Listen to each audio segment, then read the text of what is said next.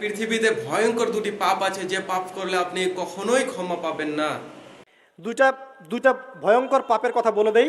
এই দুইটা পাপে যারা আসক্ত হয়ে আছে তারা তওবা করে ফিরে আসলে পরেও সারা জীবন তাদেরকে এটা সাফার করতে হবে। কথা বুঝতে পারছেন না?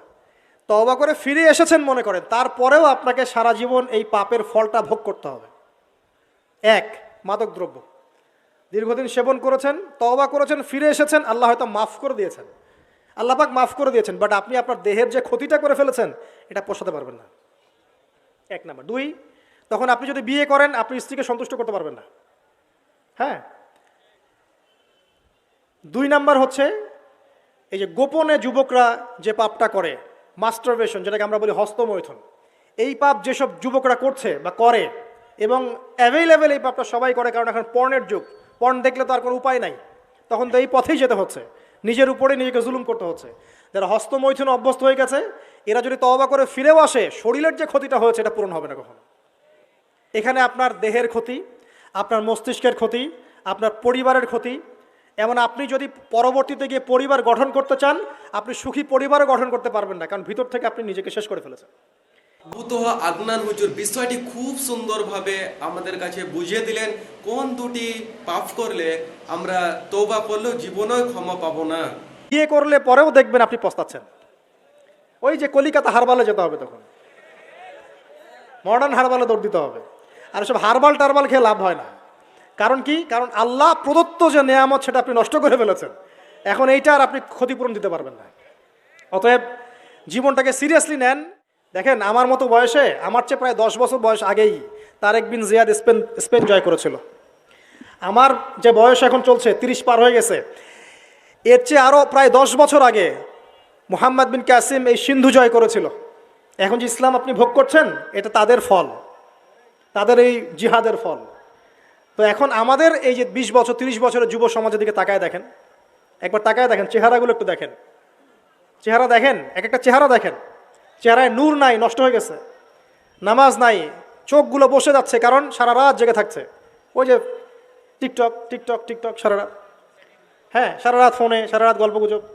রাত্রেবেলা দেখবেন, রাত্রেবেলা শহর যেন জীবিত হচ্ছে, রাত্রেবেলা ক্যারাম খেলে, রাত্রে লুডো খেলে, রাত্রে এটা করে, রাত্রে সে, সারাদিন ঘুম, সারাটা দিন ঘুম। আপনি কি জানেন সারা রাত কে জেগে থাকে, সারাদিন কে, সারা রাত কে ঘুমায় আর সারা দিন কে জেগে থাকে? সারা রাত জেগে থাকে কুকুর এবং সারাদিন ঘুমায় কুকুর। আর দেখবেন আপনি বিড়ালকে দেখবেন, ও কিন্তু রাত্রে ঘুম এবং দিনের বেলা সে অ্যাক্টিভ। পাখিকে দেখবেন, পাখি সন্ধ্যা হলো একদম ঘরে, যেই সূর্য ডুববে পাখি একদম ঘরে, দেখেন না, পাখি ঘরে, আর যেই ফজর হবে পাখি বের হয়ে গেল। আর আল্লাহ রাসূল সাল্লাল্লাহু আলাইহি ওয়াসাল্লাম হয়তো বা এই কারণেই, আল্লাহ ভালো জানেন, তিনি বলেছেন এমন কিছু মানুষ জান্নাতে যাবে যাদের মনটা হবে পাখির মতো। সুবহানাল্লাহ।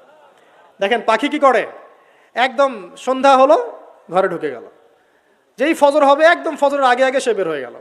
তো পাখির মতো হওয়ার চেষ্টা করেন, পাখির মতো লাইফস্টাইলে আসেন, এবং সে সারাদিন পরিশ্রম করে রিজিকের জন্য, করে না? আল্লাহ পাক পাখিকে রিজিক দেন কি চাকরির মধ্য দিয়ে না ব্যবসার মধ্য দিয়ে? কিভাবে সে রিজিক পায়? তাওয়াক্কুল, তাওয়াক্কুল, আল্লাহর প্রতি তাওয়াক্কুল। আর তাওয়াক্কুল করে কি সে ঘরে বসে থাকে না রিজিক সার্চ করে, রিজিক তালাশ করে? আপনিও রিজিক তালাশ করেন, আল্লাহ পাক রিজিক দিবে ইনশাআল্লাহ তাআলা। প্রিয় যুবক ভাইরা, আল্লাহর ওয়াস্তে তওবা করেন। যারা যারা মাদকদ্রব্যের সাথে সংশ্লিষ্ট আছেন বা থাকার সম্ভাবনাও ছিল, এর ধার কাছেও যাবেন না, ওয়াদা করছেন তো? এবং গোপন পাপে লিপ্ত হবেন না। মুসলিম তরুণ যুবকদেরকে উদ্দেশ্যে বলছি যে আপনারা কায়িক পরিশ্রম করেন, কায়িক পরিশ্রম করেন, 5 ওয়াক্ত সালাতটা আল্লাহর ওয়াস্তে নামাজে মসজিদে এসে পড়েন। বেশি কিছু করতে বলছি না ভাই, আমার কথা শোনেন, বেশি কিছু করতে বলছি না, আল্লাহর ওয়াস্তে 5 ওয়াক্ত নামাজটা মসজিদে পড়েন, পারবেন না? আচ্ছা, ডেইলি 10টা পৃষ্ঠা করে কোরআন তেলাওয়াত করেন, পারবেন? আল্লাহ তৌফিক দান করুন। ডেইলি 2-4 টাকা করে সদকা করেন, পারবেন? আচ্ছা, প্রত্যেক দিন কিছু দাওয়াতি কাজ করেন, আমর বিল মারুফ, সৎ কাজের আদেশ করবেন, নাহি আনিল মুনকার, অসৎ কাজে নিষেধ করবেন, পারা যাবে ইনশাআল্লাহ। আপনি হালাল রিজিকের একটা সন্ধান খোঁজার চেষ্টা করেন, পারবেন ইনশাআল্লাহ। পড়াশোনায় নিজেকে ব্যস্ত রাখেন, লেখাপড়ায় নিজেকে ব্যস্ত রাখেন। যদি এর পাশে আপনি সময় পান, আমি বলবো আপনি খেলাধুলা করেন। যদি সময় কিছু বের করতে পারেন, কায়িক কিছু পরিশ্রম করেন, প্রয়োজনে কিছু কসরত করেন, জিম করেন, খেলাধুলা করেন, তারপরেও পড়নে যায় না, তারপরেও গার্লফ্রেন্ডের পিছনে সময় নষ্ট করেন না, তারপরেও যে টিকটক, ফেসবুক, ইউটিউব নিয়ে পড়ে থাকেন না।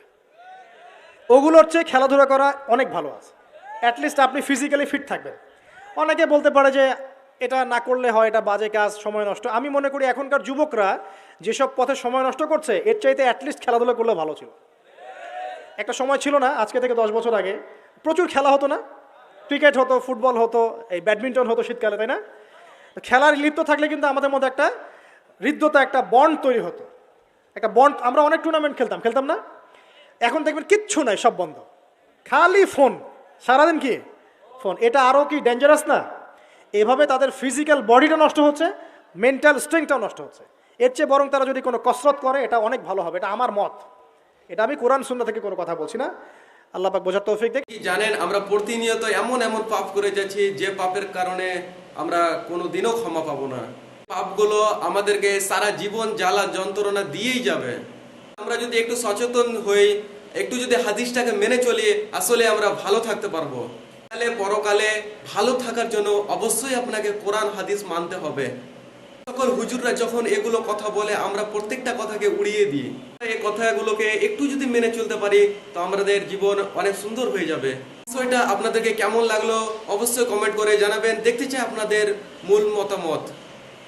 সুস্থ থাকবেন, দেখা হবে পরবর্তী ভিডিওতে। আসসালামু আলাইকুম ওয়া রাহমাতুল্লাহি ওয়া বারাকাতুহু।